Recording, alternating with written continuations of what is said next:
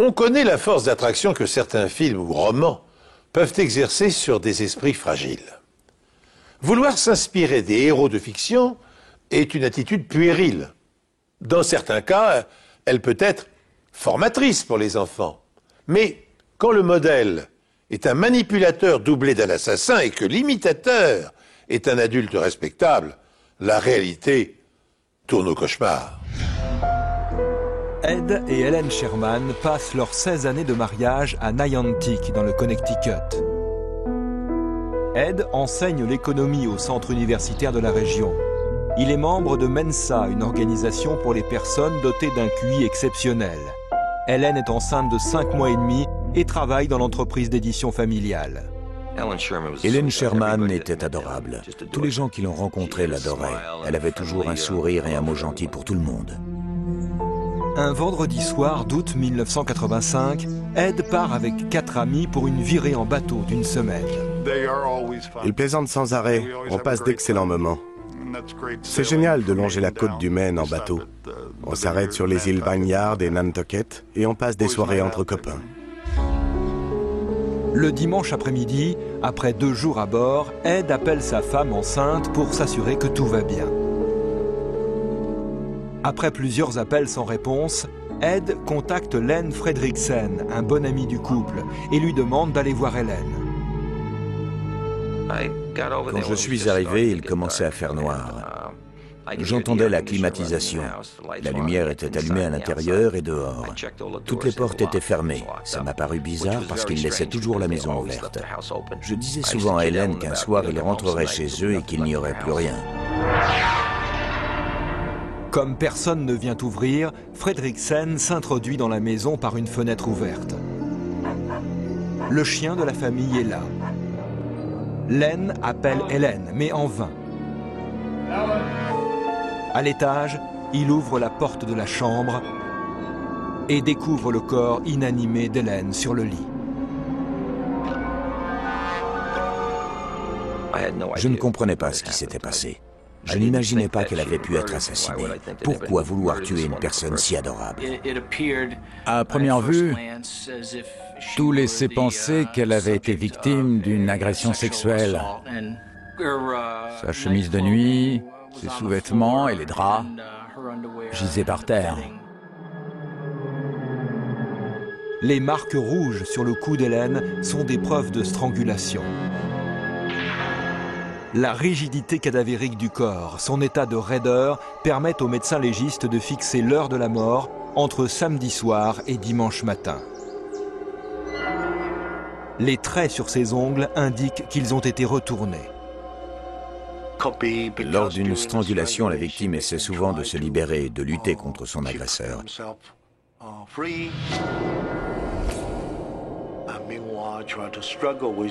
Elle peut donc lui griffer les bras.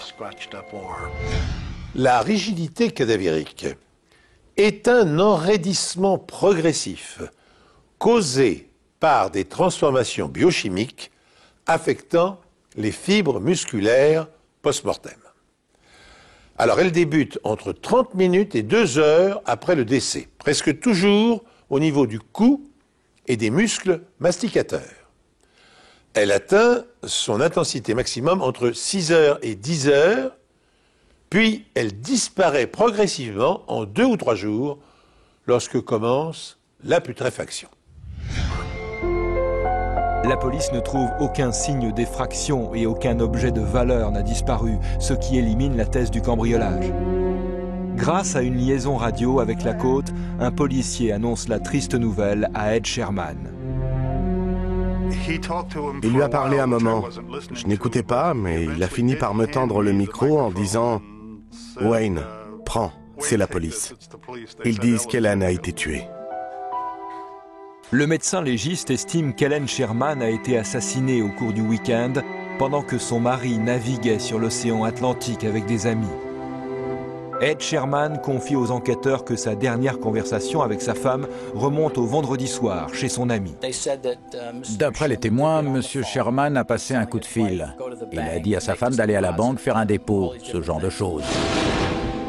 Ed Sherman est étonnamment franc à propos de leur vie sexuelle.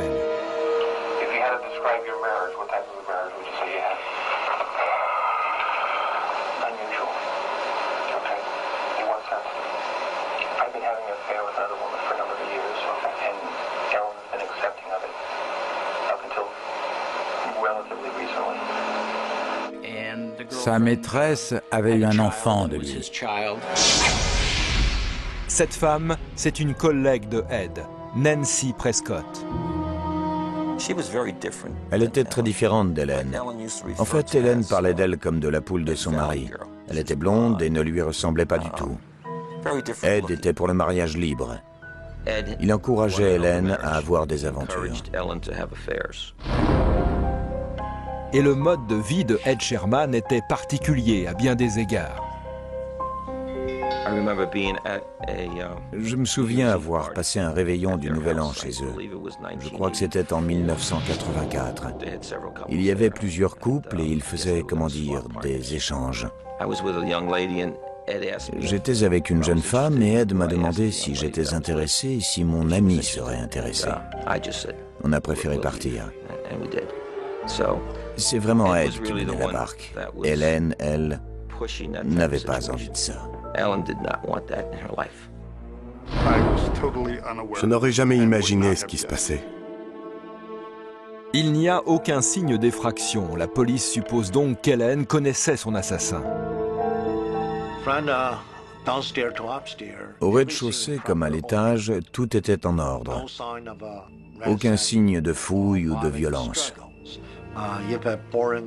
Lorsqu'il s'agit d'un étranger, on trouve habituellement des traces de lutte. Pour aider les enquêteurs, on fait appel au docteur Henry Lee, alors directeur du laboratoire de la police scientifique du Connecticut. Il examine les photos des traces de strangulation sur le cou d'Hélène Sherman et découvre un indice à peine visible. C'était une marque en forme de zigzag. C'était très étrange. Au départ, on ne savait pas d'où ça pouvait provenir. Lee compare cette marque avec les vêtements trouvés sur les lieux du crime, y compris la culotte déchirée. Par la suite, on a constaté que des zigzags apparaissaient lorsqu'on tirait sur la culotte. Et ces zigzags étaient identiques à celui retrouvé sur le cou de la victime. Mais d'autres preuves montrent qu'Hélène a été étranglée à main nue et pas avec la culotte. L'autopsie a révélé que le cartilage cricoïde de son cou était fracturé, ce qui est impossible lors d'une strangulation avec lien.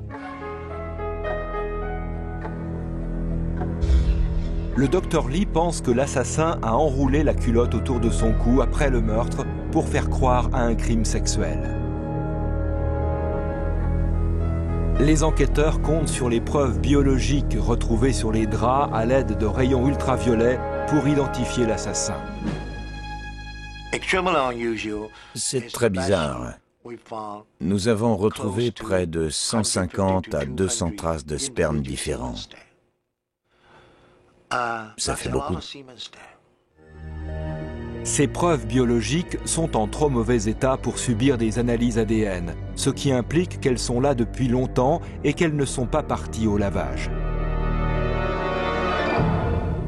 En cherchant des suspects, la police découvre que la maîtresse de Ed, Nancy Prescott, avait des raisons d'en vouloir à Ed et Hélène. Ed venait de mettre un terme à leur liaison pour sauver son mariage.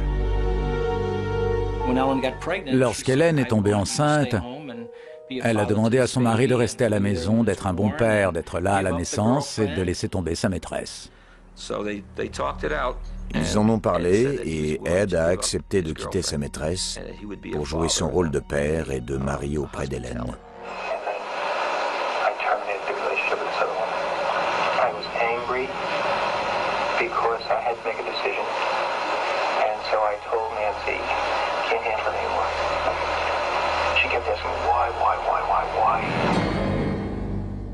Les inspecteurs demandent à Ed de se soumettre au détecteur de mensonges, mais les résultats ne sont pas concluants. Partant du postulat que le fait de mentir provoque chez l'individu une réaction émotionnelle capable de modifier certains paramètres physiologiques enregistrables, ingénieurs et criminologues américains conçurent en 1939 le détecteur de mensonges ou polygraphe. Les principaux paramètres exploités par l'appareil sont la fréquence cardiaque, la température corporelle, la pression sanguine, la fréquence respiratoire, le diamètre pupillaire et la conductance cutanée. Jusqu'à présent, le détecteur de mensonges n'a pas fait la preuve de sa fiabilité. C'est pourquoi il n'a pas valeur de preuve devant les tribunaux français. D'autres techniques sont en cours d'expérimentation. La plus prometteuse semble être l'imagerie fonctionnelle par résonance magnétique nucléaire qui permet de visualiser les zones du cerveau en activité. Car mentir ou dire la vérité ne mobilise pas les mêmes secteurs. Mais pour en revenir à notre affaire, Ed Sherman, se trouvant à bord de son bateau au moment du meurtre de sa femme, les policiers s'intéressent à l'emploi du temps de sa maîtresse. Nancy Prescott a un alibi pour le jour du meurtre. Les pistes menant au coupable commencent à se brouiller. Mike Melchek avait promis à Rose, la mère d'Hélène, qu'il poursuivrait cette affaire jusqu'au bout et qu'il découvrirait qui avait fait ça à sa fille. La police ne suspecte pas tout de suite Ed Sherman du meurtre de sa femme, puisqu'il se trouvait sur un bateau au milieu de l'océan Atlantique le jour de sa mort. Il était en pleine mer. C'était l'alibi parfait. Et il y avait 4 témoins. L'heure de la mort joue un rôle essentiel dans de nombreuses affaires d'homicide. Ça permet parfois d'invalider les déclarations d'un témoin ou d'un suspect, ou au contraire, de les confirmer. Quoi qu'il en soit, il est toujours délicat d'établir l'heure du crime. La rigidité cadavérique est un des moyens d'établir l'heure de la mort. Quand on retrouve le corps d'Hélène, il est dans la dernière phase du processus. Il devient plus flexible. En parcourant le rapport des enquêteurs, le Dr Lee découvre un indice de taille. Il s'agit de ce qu'a ressenti Len Fredriksen en trouvant le corps d'Hélène. C'était comme si j'ouvrais la porte d'un frigo. La climatisation était réglée au maximum. Le témoin a déclaré plus tard qu'il faisait extrêmement froid dans la pièce et que personne n'aurait mis la climatisation aussi fort en temps normal. Un froid intense peut ralentir le processus de décomposition et de rigidité cadavérique. Cela signifie qu'Hélène Sherman peut être morte avant l'heure supposée par les enquêteurs. Il est clair qu'elle n'a pas été tuée le dimanche. Même si nous ne pouvons pas préciser l'heure exacte, tous les indices laissent à penser qu'elle est morte le vendredi. Si Hélène est morte dans la nuit du vendredi, Ed Sherman a largement eu le temps de commettre le crime. La police apprend également que, pendant la virée en bateau, en plein mois d'août, Sherman porte un pantalon et une chemise à manches longues. Quand j'y pense, c'est vrai que nous étions tous en short et en t-shirt, alors qu'il portait un pantalon et un col roulé. Je ne l'ai jamais vu en manches courtes sur le bateau. Les ongles d'Hélène étant abîmés, la police soupçonne Ed de cacher des marques de griffure. Ed nie en bloc et affirme que sa femme était encore en vie lorsqu'il est parti. Il déclare même l'avoir eu au téléphone chez son ami devant plusieurs témoins. S'il dit vrai, il ne peut pas être le tueur.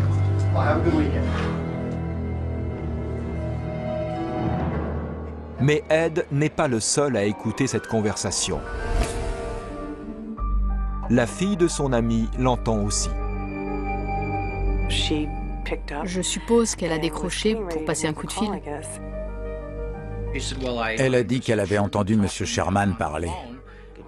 Elle a déclaré qu'elle écoutait et que ça sonnait dans le vide. Il a dit « Je t'aime aussi », mais il n'y avait personne. On lui a demandé pourquoi elle n'avait pas raccroché. Elle a répondu qu'elle avait trouvé bizarre qu'il parle tout seul. 5 minutes après être parti, il passe un faux coup de fil à sa femme. C'est dur à expliquer. Il ne se doutait pas qu'une fillette de 9 ans allait causer sa perte. Il n'était pas aussi malin qu'il le croyait. Un autre élément entre alors en jeu. Un témoin raconte à la police qu'elle a rencontré Ed le matin même de sa virée en bateau. Au cours de la conversation, Ed lui recommande un film qu'il a beaucoup aimé, Blackout.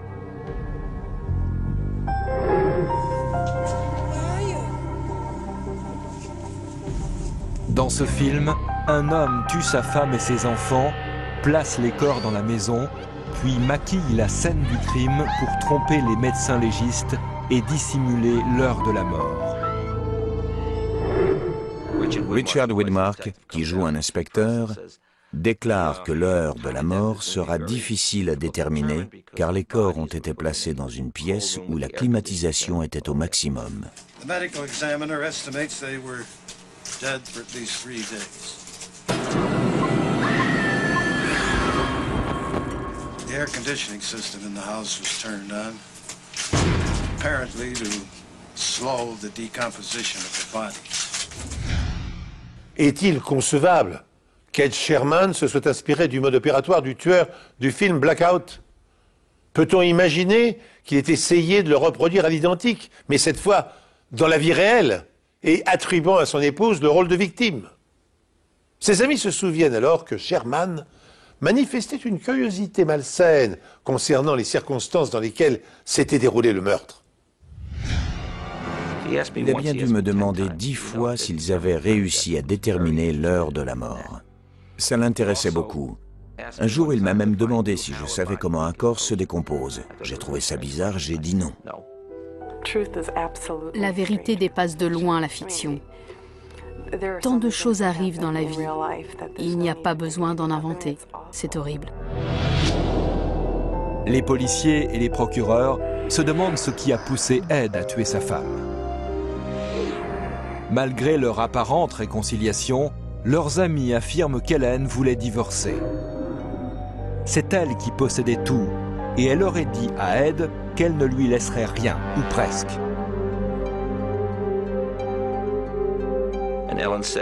Hélène lui a dit qu'il ne lui resterait que sa maîtresse et son bateau. Je lui ai demandé si elle était sûre de vouloir faire ça. Elle a répondu qu'elle ne supportait plus cette vie, qu'il ne serait jamais un bon mari ou un bon père pour leur enfant, qu'il mènerait toujours une double vie. Selon les procureurs, Ed Sherman a minutieusement orchestré le meurtre de sa femme. Il pense que le couple a dîné. Puis, alors qu'Hélène se changeait dans leur chambre, Ed l'a étranglée.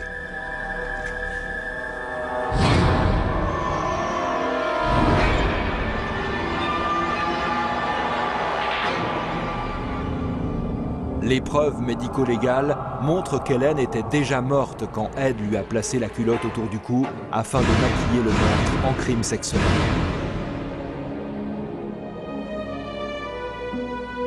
S'inspirant du film Blackout, il règle la climatisation au maximum, ferme la porte et vers 19h, il part pour sa virée en bateau. Plus tard dans la nuit, pour donner plus de poids à son alibi, il passe un faux coup de fil à sa femme devant ses amis, sans se douter que la petite fille l'écoute.